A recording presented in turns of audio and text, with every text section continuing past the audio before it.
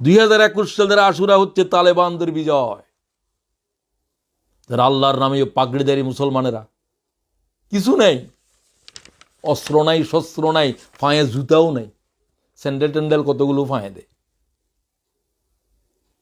পৃথিবীর সবচাইতে সর্বাধুনিক মারণাস্ত্র সজ্জিত বাহিনী আমেরিকার বাহিনী। আজকের পৃথিবীর সবচাইতে পরাশক্তির পরাশক্তি।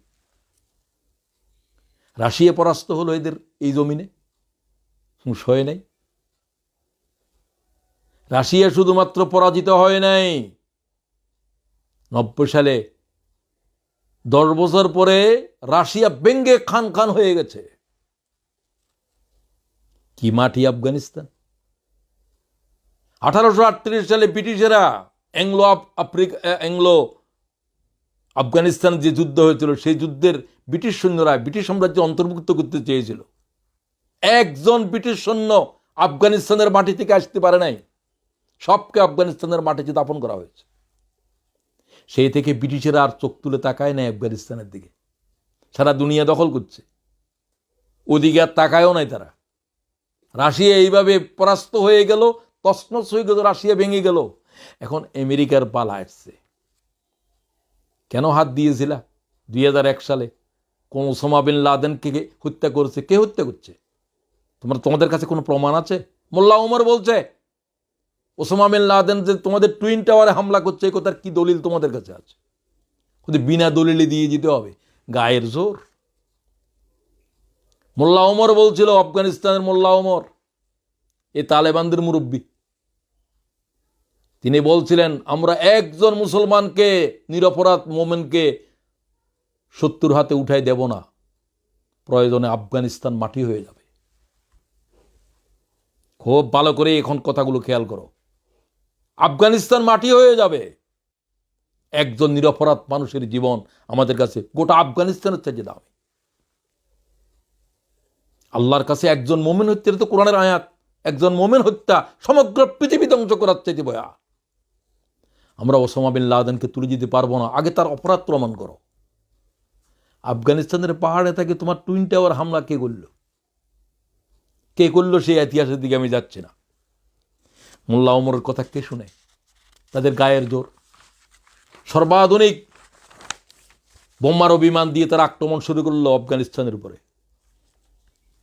সেই থেকে 20 বছর, আজকে 2021 সাল, 1 সাল থেকে শুরু করে যে 2021 সাল, আজকে 20 বছর পর্যন্ত একটা জনপদের তামা করে ফেলছে। শত শত টন বোমা নিক্ষেপ করা হয়েছে, ট্রিলিয়ন ট্রিলিয়ন অর্থ ব্যয় করা হয়েছে, লুণ্ঠন করা হয়েছে আফগানিস্তানের মাটি থেকে। লাখ লাখ নারী, শিশু, মানুষ, তাদেরকে হত্যা করা হয়েছে। অগণিত অসংখ্য নারী বিধবা হয়ে গেছে। তাদের স্বামীরা কোথায় আছে কোনো খবর জানে না এখন। তাদের আব্বারা কোনোদিন যে ফিরে আসবে না, তারা আজও প্রতিদিন ঈদের দিন বাপ বলে ডাকে, কাঁদে বাচ্চারা। তারা জানে না তাদের পিতা আর ফিরে আসবে না কোনোদিন। কি জাতের বিরানভূমি সৃষ্টি করেছ, কত বড় জালেম। সুতরাং 90 লক্ষ মার্কিন ডলার খরচ করেছে ওখানে, ট্রিলিয়ন ট্রিলিয়ন অর্থ ব্যয় করে, লাখ মানুষের জীবন বিপন্ন করে, টন টন বোমা নিক্ষেপ করে, 3 লক্ষ বাহিনী সর্বাধুনিক অস্ত্র সজ্জিত করে, 60 থেকে 70 হাজারের লাঠি ছোঁড়াওয়ালা, সামান্য গোলাগুলি কিছুই নেই, অস্ত্র নাই বলা চলে। এদের হাতে নাস্তা নাবুদ হয়ে গেলে কি করে? এদের বিজয় 2021 সালের আশুরার বিজয়, যা নবীদের জীবনে যা ঘটেছিল তার একটা নজির এইবারের আশুরায় আমি আপনাদের কাছে স্পষ্ট করে দিতে চাই। সুতরাং আমাকে যে প্রশ্ন করেছিল যে মুহাম্মদ রাসূলুল্লাহর আশুরা তো দেখি নাই, তুমি এখন মুহাম্মদ রাসূলুল্লাহর উম্মতের আশুরা দেখো। মক্কা থেকে যখন রাসূলুল্লাহ মদিনা হিজরত করছিলেন, রাত্রে সেই হুজুর কাঁদতেছিলেন মক্কার জন্য আবু বকর সাথে। আল্লাহ জিবরাইল এসে বললেন, ইয়া রাসূলুল্লাহ, চোখের পানি মুছে পেলেন আপনি। যে জমিন থেকে আল্লাহ আপনাকে উঠে নিচ্ছে আজ মুহাজির করে, এই জমিনে আল্লাহ আপনাকে ফিরিয়ে আনবেন ইজ্জতের সাথে। সেদিন এই জমিনের মাটির আপনি ইমাম হবেন। এই জমিন আপনার হাতে তুলে দেওয়া হবে। এই জমিন যারা আপনাকে বের করে দিচ্ছে তাদের জন্য কিয়ামত পর্যন্ত হারাম করে দেওয়া হবে। আল্লাহ দিনের দায়ীদেরকে বলতে চাই যে আফগানিস্তান নিরপরাধ মানুষদের উপরে তোমরা জুলুম করেছ, খুন করেছ, খুনের পরে খুন। আল্লাহ তাআলা ওই মজলুমদের হাতে আজ আফগানের এই মাটি উঠে দিয়েছে। তার নাম আব্দুল গনি বারাদার। আজকের ফটো দেখলাম, তার কোমরের ভিতরে রশি লাগিয়ে, ডান্ডা বেড়ি লাগিয়ে তাকে টেনে হেঁচড়ে পাকিস্তানের কারাগারে বন্দি করা হয়েছিল। পাকিস্তানের তখন সহযোগী ছিল কিছুদিন, ইমরান খান আসার আগে। মার্কিনীরা ডান্ডা বেড়িয়ে শিকল পরিয়ে তাকে টেনে টেনে নেওয়া হচ্ছিল। সে আব্দুল গনি বারদার আজকে আফগানিস্তানের প্রেসিডেন্ট। কে করলো? কে বিজয় আনলো এটা? সুতরাং আজকে তালেবানদের বিজয় নয়, অহংকারী দাম্ভিকদের উপরে মুস্তাদাফিনদের বিজয়, নির্যাতিত মানবতার বিজয়। এ বিজয় সর্বাধুনিক আগ্নেয়াস্ত্র ও জালেমদের উপরে নিরস্ত্র মজলুমদের বিজয়। এ বিজয় শয়তানের সেলাদের উপরে মুমিন মুজাহিদদের বিজয়। এ বিজয় বাতিলের সকল ষড়যন্ত্রের উপরে আল্লাহর সাহায্যের বিজয়। এ বিজয় ফিলিস্তিন, কাশ্মীর সহ সমস্ত পৃথিবীর লড়াকু আল্লাহর মুজাহিদদের বিজয়। এ বিজয় সাম্রাজ্যবাদী পরাশক্তির উপরে আল্লাহ তাআলার গজবের পয়গাম। আমার কাছে মনে হচ্ছে সেদিন কে যেন বললেন, সম্ভবত গোলাম মাওলা রনি বলছেন, কথাটা আমার ভালোই লেগেছে। সে বলছে এই পরাজয়ের পরে অলরেডি আফগানিস্তানের এই কথার প্রশ্ন শুরু হয়ে গেছে যে কারা আফগানিস্তানে আমেরিকান সৈন্য পাঠিয়েছিল। হাজার হাজার আমেরিকান সৈন্য জীবন দেওয়ার কারণ আমেরিকার প্রেসিডেন্টদেরকে জবাব দিতে হবে। তোমরা আজ আফগানিস্তানে কি রেখে এসেছ? আফগানিস্তানের মাটি নিয়ে এসেছো, কিছুই নিয়ে আসতে পারো নাই। আমাদের ছেলেদের, আমাদের বাচ্চাদের জীবন কেন নিহত করেছ? কোন প্রয়োজনে করেছ? এটা কি আফগানিস্তান আমাদের আমেরিকার স্বাধীনতা বিপন্ন করেছিল? গবেষকরা বলছে যে রাশিয়া যেরকম ভেঙে টুকরো হয়ে গেছে, এই বিতর্কে আমেরিকান সাম্রাজ্য, আমেরিকার দেশ যুক্তরাষ্ট্র ভেঙে টুকরো হয়ে যেতে পারে। আমার কাছে এটা খুবই প্রণিধানযোগ্য একটি উক্তি মনে হচ্ছে, এবং সে অলরেডি বাইডেন বলা শুরু করেছে, আজ আমি দায়ী নই। কে দায়ী? আমেরিকার কোন প্রেসিডেন্ট সৈন্য পাঠিয়েছিল? সে বলছে যে প্রথম সৈন্য পাঠিয়েছিল সে দায়ী। পুরুষকে দায়ী করে, কেউ অমুকের দায়ী করে, কে সমুকে। বাইডেন বলছে আমি তো সৈন্য নিয়ে আসতেছি, নিয়ে আসলে কিছুদিন আগে বোম্বিং কেন করলা? শত শত তালেবানের লাশ কেন ফেলেছ? জবাব থেকে কারো কোনো রেহাই নেই। পৃথিবীর মানবজাতির উপর অত্যাচার জুলুমের একটা ইতি আছে। আল্লাহ যখন ধরা শুরু করবে তখন এই সমস্ত পরাশক্তিগুলো পাগড়িদারি কিছুই নেই, অস্ত্র নাই, এদের হাতে কিভাবে পরাস্ত হয়ে গেল? পৃথিবীর মানুষেরা টেলিভিশনের পর্দাতে ভয়াল দৃশ্য দেখছে। হেরাত, কান্দাহার যখন পতন হচ্ছে একটার পর একটা, কোনো খবর নাই যেন। কিরে, কোনো প্রতিরোধ কেন হচ্ছে না? আসলো কাবুল, তাদের কমান্ডাররা মনে করছে তোমরা আগের তালেবান। বাচ্চা কতগুলো, ডজন খানিক পিএইচডি হোল্ডার লোক আছে এদের কেন্দ্রীয় সুরাতে, যারা ইউরোপ আমেরিকাতে লেখাপড়া করছে। আগের তালেবান তো এখন নাই।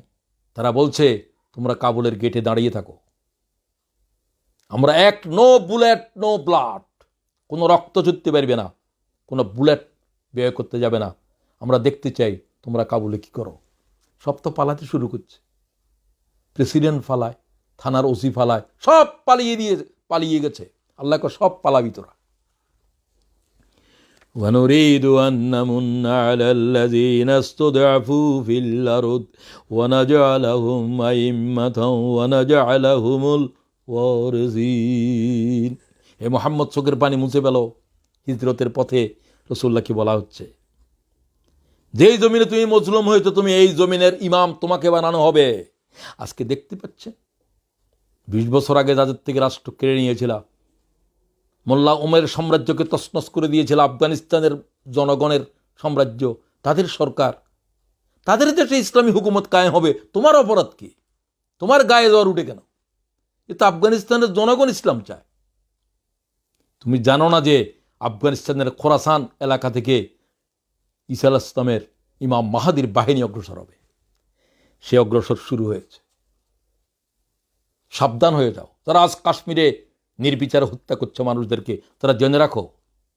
রাসূলুল্লাহর এই কথাও ভবিষ্যৎবাণী রয়েছে, ভারতের জালেম সরকারদেরকে শিকলে বেঁধে টেনে হেঁচড়ে নিবে ফিলিস্তিন ইমাম মাহাদির সামনে। ইমাম মাহাদি আসার জন্য আমার কাছে মনে হচ্ছে আর 50-100 বছর আছে কিনা জানি না। পৃথিবীর সিগন্যাল বলে দিচ্ছে, কোভিড-19 যখন ডাক্তার বলে যে 70% উপরে তার লাঞ্চ এখন অকেজ হয়ে গেছে, তার মানে রোগী বাঁচবে না। আমার কাছে মনে হচ্ছে পৃথিবীর লাঞ্চ অ্যাটাক হয়ে গেছে। শেষ মুহূর্তে ঈসা আলাইহিস সালাম আসবেন, ইমাম মাহাদি আসবেন, দাজ্জালও আসবেন।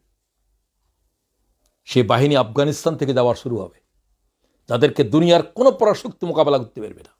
আপনি দেখলেন, আমি বলি উম্মতে মুহাম্মদের জন্য 2021 সালের আশুরা তালেবানদের বিজয়, আফগানিস্তানের বিজয়, এ বিজয় মানবতার বিজয়, এ বিজয় আল্লাহর কলেমার দ্বীনের দায়ীদের বিজয়। وَنُرِيدُ أَن نَّمُنَّ عَلَى الَّذِينَ اسْتُضْعِفُوا فِي الْأَرْضِ وَنَجْعَلَهُمْ أَئِمَّةً وَنَجْعَلَهُمُ الْوَارِثِينَ। সূরা কাসাসের এই আয়াত কেন পড়ো না? আমি আমাদের ভাইদেরকে বলছি, 5-6 আল্লাহ তাআলা বলেন, যে জমিনে মুহাম্মদ তোমাকে আজকে বের করে দিয়েছে রাতের আঁধারে, আমি এই জমিনের ইমাম তোমাকে বানাবো। এই মজলুমেরা বাংলাদেশ থেকে শুরু করে পৃথিবীর প্রতিটি কর্নারে আজ মজলুমদের চোখের পানি। যে জমিনে তোমরা যুদ্ধ করছো আল্লাহর দ্বীনের জন্য, রাতে ঘুমাতে পারো না, মায়ের জানাজায় হাজির হতে পারছো না, তারপরেও আল্লাহ তাআলার দ্বীনের জিহাদ জিন্দা রেখেছ। তোমাদের জন্য আল্লাহ তাআলা বলছেন, যে জমিনে তোমরা মজলুম হচ্ছ সেই জমিনের ইমাম আল্লাহ তাআলা তোমাদেরকে বানাবে। আল্লাহর কোরআনের আয়াত। وَنُرِيَ فِرْعَوْنَ وَهَامَانَ وَجُنُودَهُمَا مِنْهُمْ مَا كَانُوا يَحْذَرُونَ। ফেরাউন, নমরুদ, হামান মনে করেছিল মুসা যদি আবার বিজয় হয় আমাদের কি হবে। আল্লাহ কয়, তাদের এই ভয় কি হবে এই কথা আমি দেখাই ছাড়বো। তালেবানারা যদি আবার এসে যায়, আমেরিকা বলে আমার কি হবে, তোমার কি হবে, তোমার এখন কি হচ্ছে। বাইডেন ক্ষমা চেয়ে বলছে, আমার সৈন্যদেরকে রক্ষা করো। তুমি কেন হাজার হাজার নিরপরাধ মানুষ খুন করেছ, তোমার জবাব কে দেবে? সৈন্যদের তো কোনো অপরাধ নয়, নির্দেশদাতার অপরাধ। আল্লাহ তাআলা তোমার মতো আমেরিকার প্রেসিডেন্টকে এখন তাদের হাতে এইভাবে সারেন্ডার করে বলছো যে আমার সৈন্যদের জীবন বাঁচাও, তাদেরকে কাবুল বিমানবন্দর থেকে উঠে আসতে সাহায্য করো। আল্লাহ তাআলা কি করতে পারে না?